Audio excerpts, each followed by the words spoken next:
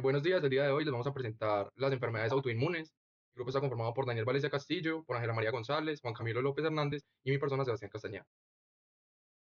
A continuación, voy a hablar acerca de la esclerosis sistémica, también conocida como esclerodermia, una enfermedad autoinmunitaria es crónica del tejido conectivo, caracterizada por lo que es la fibrosis progresiva de la piel y múltiples órganos internos. Vamos a ver que esta enfermedad ocurre cuando hay una combinación de alteraciones inmunológicas, daño vascular y también una excesiva, digamos, activación de fibroblastos, lo que produce un aumento de colágeno y endurecimiento de los tejidos. Además de afectar la piel, vamos a ver que se puede pues, comprometer lo que son órganos como pulmones, riñones, corazón y tubo digestivo, generando complicaciones sistémicas importantes. Como vemos en la diapositiva, vamos a ver que la enfermedad se caracteriza por esa fibrosis progresiva que afecta tanto como piel como los órganos internos anteriormente mencionados. En estas imágenes vemos las manos que se observan como endurecimiento y tensión cutánea causado por depósito excesivo de colágeno y daño vascular, lo que produce una rigidez y pérdida de elasticidad.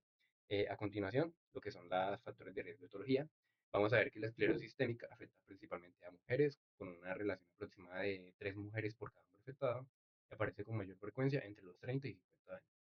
Vamos a ver que pues, existe como tal una predisposición genética y participación importante del sistema inmunitario.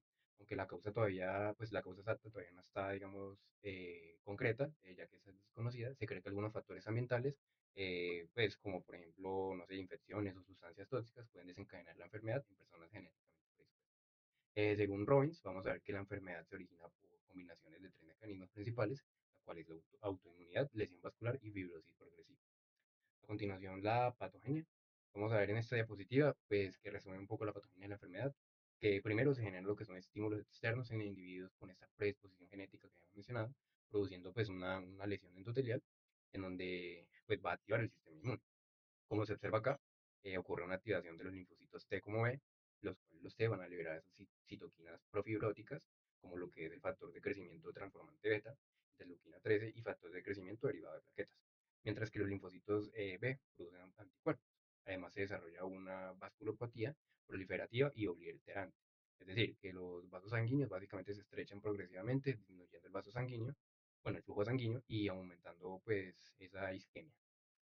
Y finalmente, esas alteraciones activan fibroblastos, que lo que hacen básicamente es producir ese exceso de colágeno que hay y pues matriz extracelular, generando una fibrosis progresiva en los órganos pues, internos. Ahora, con la fisiopatología, vamos a ver que pues, la fisiopatología comienza pues, con la activación de estos fibroblastos que producen ese exceso de colágeno en matriz, como ya he dicho, generando esto, en donde todo se da gracias al pues, el daño endotelial y las alteraciones de microcirculación que había dicho. Acá en la imagen que puse con un resumen, se ve que ocurre esta lesión, después disminuye el flujo sanguíneo, aparece pues la isquemia crónica y después ya se activa como tal el sistema inmune.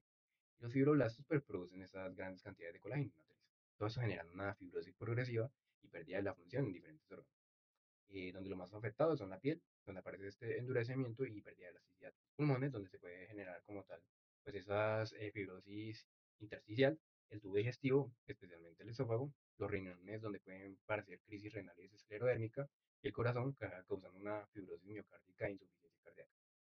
En la siguiente, vamos a ver lo que son los cambios microscópicos y macroscópicos. Microscópicamente se aprecia como tal un depósito excesivo de este colágeno en la dermis, una fibrosis intensa, una atrofia pues, de anexos cutáneos y engrosamiento vascular con estrechamiento de la luz de los vasos. También puede existir un pues, exceso de infiltrado pues, inflamatorio, compuesto principalmente por lo que es linfocitos y ya, en cambio, en el macroscópicamente, perdón, podemos ver que los pacientes presentan una piel dura y tensa, esclerodactilia y una deformidad en los dedos como en forma de garra, como se observa en la imagen. Además pueden aparecer, digamos, úlceras cutáneas debido al daño vascular producido. Bueno, ya en las imágenes usadas en microscópicas se observa un depósito excesivo de colágeno, pues en la dermis, como pueden ver ahí señalado, lo que hace que el tejido sea más rosado y denso y engrosado. También se aparece una fibrosis intensa, pérdida de anexos cutáneos como folículos pilosos y glándulas, además de ese engrosamiento de los vasos sanguíneos con disminución de la luz. Ya en relación a las reacciones de hipersensibilidad y mecanismos de autoinmunidad, vamos a ver que esta enfermedad pues, está medida principalmente por una reacción de hipersensibilidad tipo 4, la cual pues vamos a ver que existe una activación anormal de linfocitos T como E, que produce la liberación de citocinas profibróticas y formación de anticuerpos. Estas alteraciones inmunológicas generan daño endotelial, activación persistente de fibroblastos y aumento excesivo de colágeno y matriz celular. Como consecuencia se produce esa fibrosis progresiva de la piel y múltiples órganos internos. Ya las manifestaciones clínicas y anticuerpos representativos, vamos a ver que la inicial en la manifestación clínica es el fenómeno de Raynaud, causado por lo que son las alteraciones vasculares. Posteriormente aparece un endurecimiento y engrosamiento progresivo de la piel, especialmente lo que es en manos y caras, como las imágenes que había mencionado, pues que mostré la de las manos, produciendo esclerodactilia y limitación de movimiento. También puede afectarse en múltiples órganos internos, como ya he mencionado. Y pues en pulmones puede aparecer esa fibrosis pulmonar e hipertensión pulmonar. Además, pues se puede existir un compromiso ya a nivel renal y cardíaco. En los anticuerpos representativos, vamos a ver que la mayoría de los pacientes representan ANA positivos, los cuales los anticuerpos más importantes son el anti-SL70 o anti-topoisomerasa 1, asociados principalmente a lo que es con fibrosis pulmonar y a la forma difusa de la enfermedad. También pues, se destaca que el anticuerpo anticentrómero relacionado con el síndrome CRES y la forma limitada de esclerosis sistémica. Tiroiditis de Hashimoto es una enfermedad autoinmune, es crónica de la glándula tiroides y constituye una de las principales causas de hipotiroidismo en regiones con adecuado aporte de yodo. Esta enfermedad se caracteriza por una destrucción progresiva del parénquima tiroideo mediada por mecanismos inmunológicos. Predomina en mujeres entre la cuarta y sexta década de la vida, aunque pues puede aparecer en cualquier edad. Su desarrollo depende de la interacción entre la predisposición genética y factores ambientales que alteran la tolerancia inmunológica frente a antígenos tiroideos. Respecto a los factores de riesgo, pues tenemos que existe una predisposición genética que está relacionada con genes del complejo mayor de histocompatibilidad y otros genes reguladores de la respuesta inmune.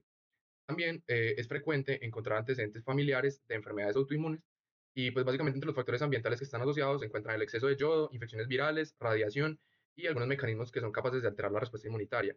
La enfermedad se origina por una respuesta autoinmune dirigida principalmente contra la peroxidasa tiroidea y la tiroglobulina. Respecto a la patogenia, pues la enfermedad se produce por una pérdida de la autotolerancia inmunológica. Los linfocitos TCD4 y CD8 van a reconocer antígenos de las células foliculares tiroideas y desencadenan una inflamación crónica. Los linfocitos CD8 inducen apoptosis de las células foliculares, mientras que los CD4 producen citocinas inflamatorias que van a favorecer el reclutamiento de más células inmunes. Además, los linfocitos B generan autoanticuerpos contra antígenos tiroideos. Aunque los anticuerpos son importantes para el diagnóstico, gran parte del daño tisular depende de la inmunidad celular. Respecto a la fisiopatología, pues básicamente la destrucción progresiva de los folículos tiroideos va a disminuir la síntesis y la liberación de hormonas tiroideas. Inicialmente la glándula puede compensar el daño mediante un aumento de la TSH, pero va a ocasionar hipertrofia e hiperplasia folicular y producir un bocio difuso. Con el tiempo, la pérdida del tejido funcional va a generar un hipotiroidismo clínico que está caracterizado por disminución de la T3 y la T4 y una elevación persistente de la TSH. Respecto a los cambios macroscópicos, pues básicamente los tiroides suelen encontrarse aumentada de tamaño, de forma difusa, tienen una consistencia firme, un aspecto pálido y grisáceo. En etapas avanzadas, la glándula puede atrofiarse debido a la destrucción extensa del tejido tiroideo. Y respecto a los cambios microscópicos, tenemos que se observa un infiltrado linfoplasmocitario difuso con formación de centros seminales. Los folículos tiroideos presentan destrucción y atrofia progresiva, y que pues es característica la presencia de células de Hortel, que son células foliculares grandes con abundante citoplasma eosinófilo rico en mitocondrias. Respecto a la clínica básica, pues se relaciona principalmente con el hipotiroidismo. Los pacientes van a presentar fatiga, aumento de peso, intolerancia al frío, piel seca, estreñimiento, somnolencia y bradicardia. También es frecuente el bocio difuso e indoloro. Algunas personas van a desarrollar alteraciones cognitivas leves, depresión, irregularidades menstruales. En fases iniciales puede existir una liberación transitoria de hormonas almacenadas que ocasiona síntomas leves de tirotoxicosis. Respecto a los anticuerpos y el diagnóstico se realiza mediante pruebas hormonales e inmunológicas y habitualmente se va a encontrar una elevación de la TSH y disminución de la T4 libre, cuando el hipotiroidismo pues, ya está establecido. Los anticuerpos más representativos son los anticuerpos antiperoxidasa tiroidea y los antitiroglobulina, siendo los primeros los más sensibles y los más frecuentes. Histológicamente, el infiltrado linfocítico con centros germinales y las células de Hortel constituyen hallazgos característicos. Eh, y por último, pues respecto a las complicaciones, la destrucción progresiva de la glándula va a producir un hipotiroidismo permanente. Además, los pacientes van a tener un mayor riesgo de desarrollar otras enfermedades autoinmunes y pues, va a haber un aumento en la probabilidad de linfoma tipo mal de la tiroides debido a la estimulación antigénica crónica. Yo les voy a hablar de la enfermedad de Crohn. La enfermedad de Crohn es una enfermedad inflamatoria intestinal crónica que puede afectar a cualquier parte del tubo digestivo, aunque predominan las afectaciones en el ilion terminal y en el colon. Su importancia va a radicar en que produce inflamación persistente, además de daño intestinal progresivo y múltiples complicaciones, como lo son la estenosis, las fístulas y la malabsorción.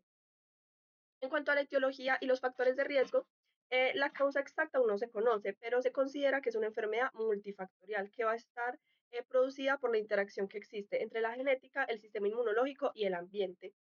En cuanto a la epidemiología, esta va a ser más frecuente en países industrializados como lo son Norteamérica y Europa, y suele aparecer entre los 15 y 30 años y tiene un segundo pico después de los 50.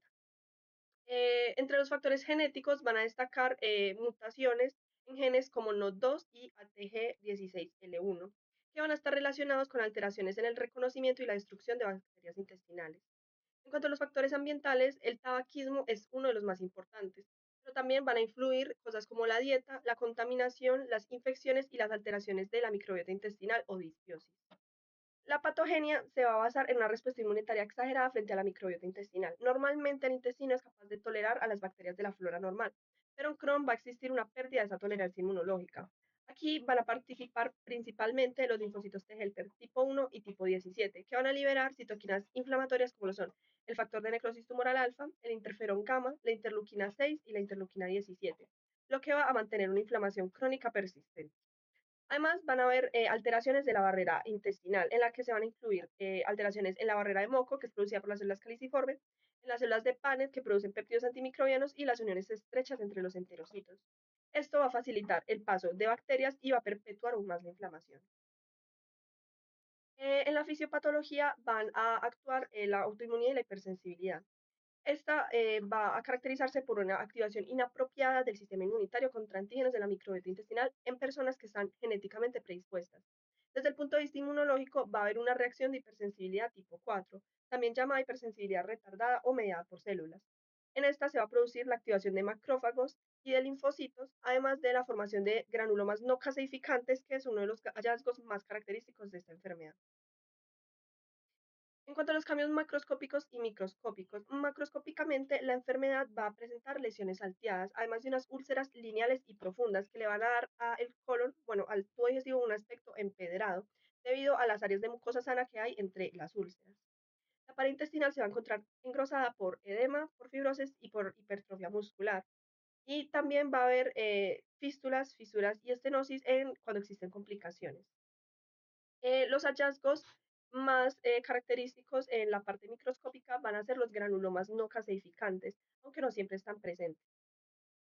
En clínica básica la podemos dividir en manifestaciones intestinales y extraintestinales. Las más frecuentes son la diarrea crónica, el dolor abdominal, sobre todo en el cuadrante inferior derecho, la fiebre y la pérdida de peso.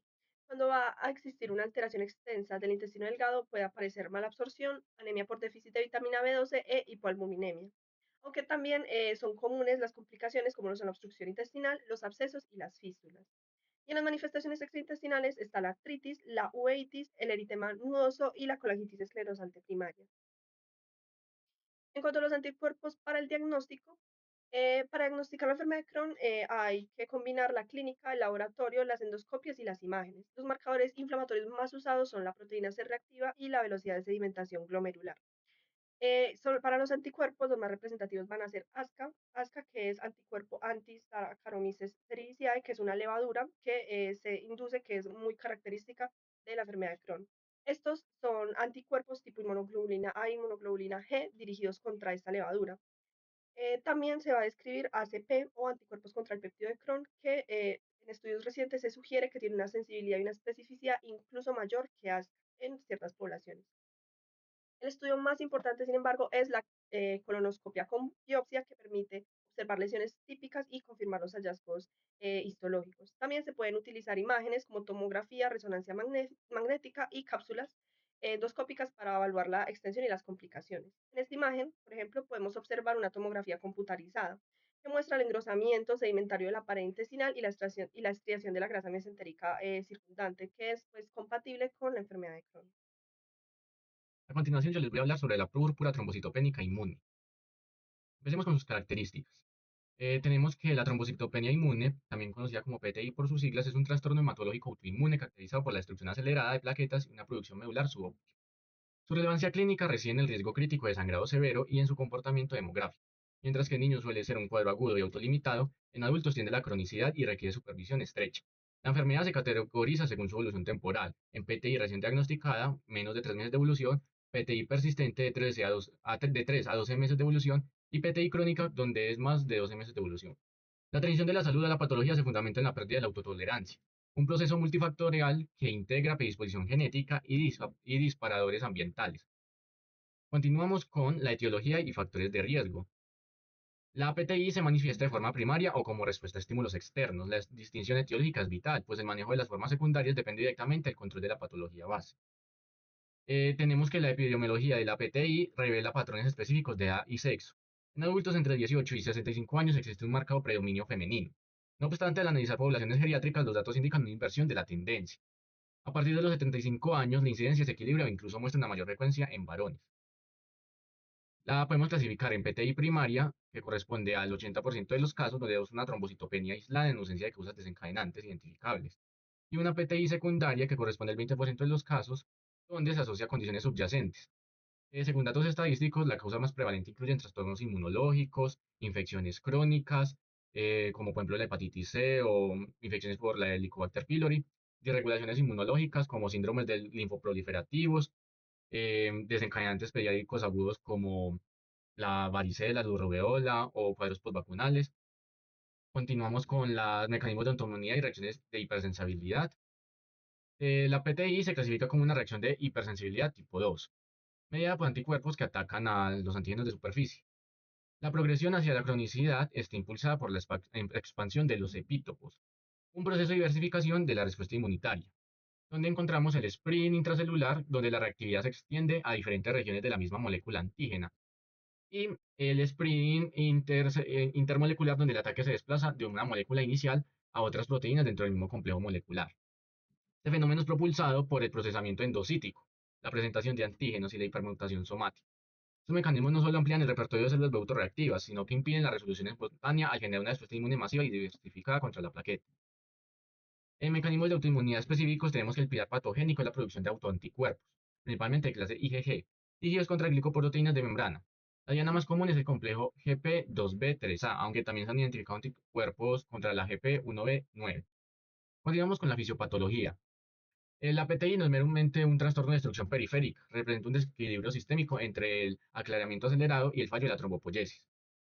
Tenemos una destrucción mediada por anticuerpos y células T. Las plaquetas opsonizadas por IgG son reconocidas por los receptores Fc de los macrófagos, principalmente en el vaso y en el hígado, donde son eliminados. Sin embargo, en el 50% de los pacientes donde no se detectan anticuerpos, la destrucción es ejecutada por células T CD8 positivas citotóxicas. Inducen lisis plaquetaria directa.